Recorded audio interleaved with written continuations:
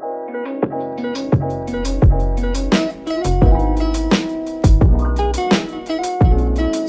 today I thought it'd be cool if I go and rate the main Hearts of Iron 4 mods, or at least a few of the main Hearts of Iron 4 mods, especially because it's a game that I play quite usually but never really talk about it or never really have revealed to anyone except close friends of mine and similar.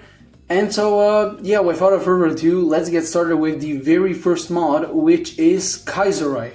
Now, Kaiserreich is a mod which, at least in my opinion, has a very good lore, and the borders also look very good as well. They're not wonky or modified or anything similar. The borders do actually look good, and the lore is actually good, but that still doesn't make this mod perfect.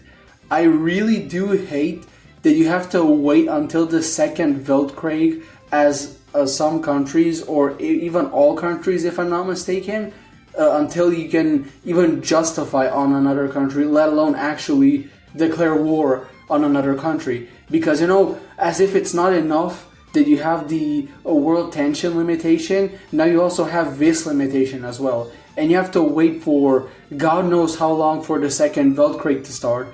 And so, yeah, overall, it's just really, it's a good mod for people who want to have a more slow-paced Hearts of Iron 4 game. But for people like me who like having much quicker and shorter games, this is definitely not the mod, specifically because of the issue that I just mentioned right now. But otherwise, it is a pretty good mod. It has pretty good borders, it has pretty good lore, it's actually pretty optimized. It doesn't really take that long for the mod to load up or anything similar. And overall, it's a good mod. I'd give it around a 7 out of 10. Definitely not amazing by any means, but also most certainly not a terrible or bad mod by any means whatsoever. But now we're moving on to the next mod, which is Millennium Dawn. Now, Millennium Dawn is one of those mods which has so many features implemented into it that even if you don't attack another country, it can still be fun. And that's why I said that inside of Kaiserreich it is quite bad that you can't attack other countries until the second Weltkrieg, because they just don't really unlock that much for you to do. Like, sure, yeah, you do have the focuses that you gotta do and all these other things like maintaining the infrastructure and the production, but besides that, which is typical things that you do in almost any Hearts of Iron game, you don't really have anything else to play around with until you wait for the second Weltkrieg. In Millennium Dawn, you have a lot of different things. You have way more decisions. You actually have a pretty good selection of focuses, although I must say they're not as good as in other mods. And also the whole mechanism of money and policies added into the game really do give you more things to do while you wait until you can actually get strong enough to then declare war and justify on other nations. And that's why I think this mod handles stuff like this better than Kaiserreich. And honestly, besides that, this mod is not really that optimized. It takes a lot of time to load up, like a really long time, way more than I think it should. And then also the UI is sorta meh in my opinion. It's not great, but it's also not bad either. It's sorta mid. And the focuses, just like I've already said, they're not really the best. They're not terrible by any means, but they're also not fun to play around with, and a lot of countries just have the default focus tree, which in my opinion, I do get why they did focus on other features and not the focus trees. But on the other hand, adding more unique focuses gives a more fun game each time you play as another country. But besides that, yeah, my final rating for this mod is around a 7 out of 10 as well. Maybe a 7.5, but I'm leaning towards more of a 7 out of 10 once again. Next up, we've got the Fire Rises.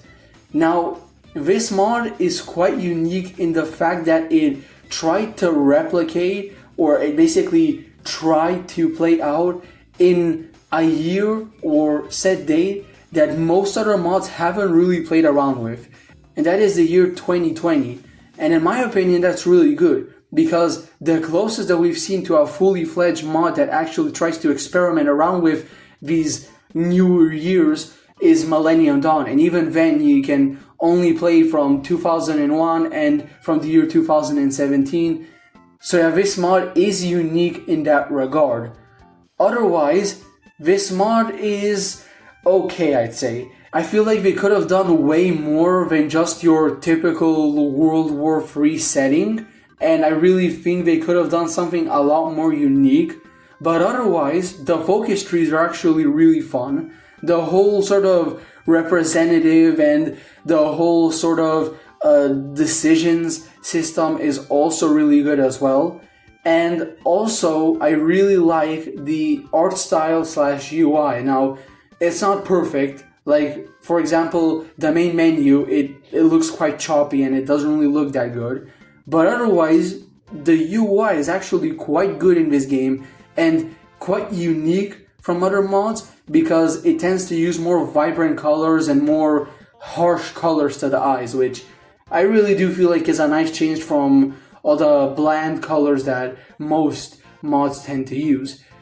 But yeah, besides that, I really don't have anything else to say about this mod, especially because I haven't played it as much as the other mods, so I do have to give it a 8.5 out of 10. And next up, we've got The Great War. Now, The Great War is a really good mod for Hearts of Iron. It's an optimized mod that loads up pretty quickly, doesn't take too much to load. You have quite a few different years to choose from, which is very good in my opinion. And one place that I think this mod particularly shines through compared to the other mods is its focuses.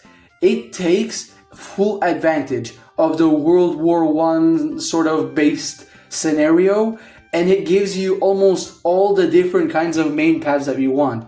For example, if you're playing as Bulgaria, like I'm playing right now in the recording, you can choose from any faction. You can join the Entente, you can join the Entente, you can join the Central Powers, you can make your own faction, and so on and so forth. You have such a big level of freedom with the focuses, and you have so many different paths to choose from, which makes this mod really fun. Also, I feel like the way they restricted certain focuses and just certain events in general from happening is they basically tied all the events and focuses between each other, which means that if a certain event doesn't happen, for example, then you won't be able to complete a certain focus, or a certain focus won't be able to be completed that's been tied to that event in one way or another. And I feel like that is really good and really clever.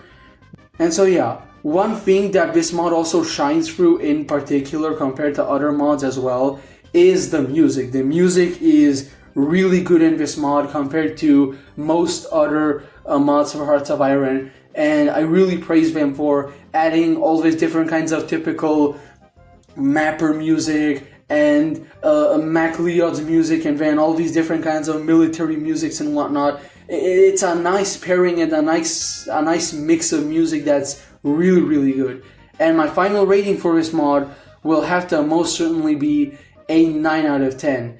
Not perfect, but not bad by any means whatsoever. Far from bad.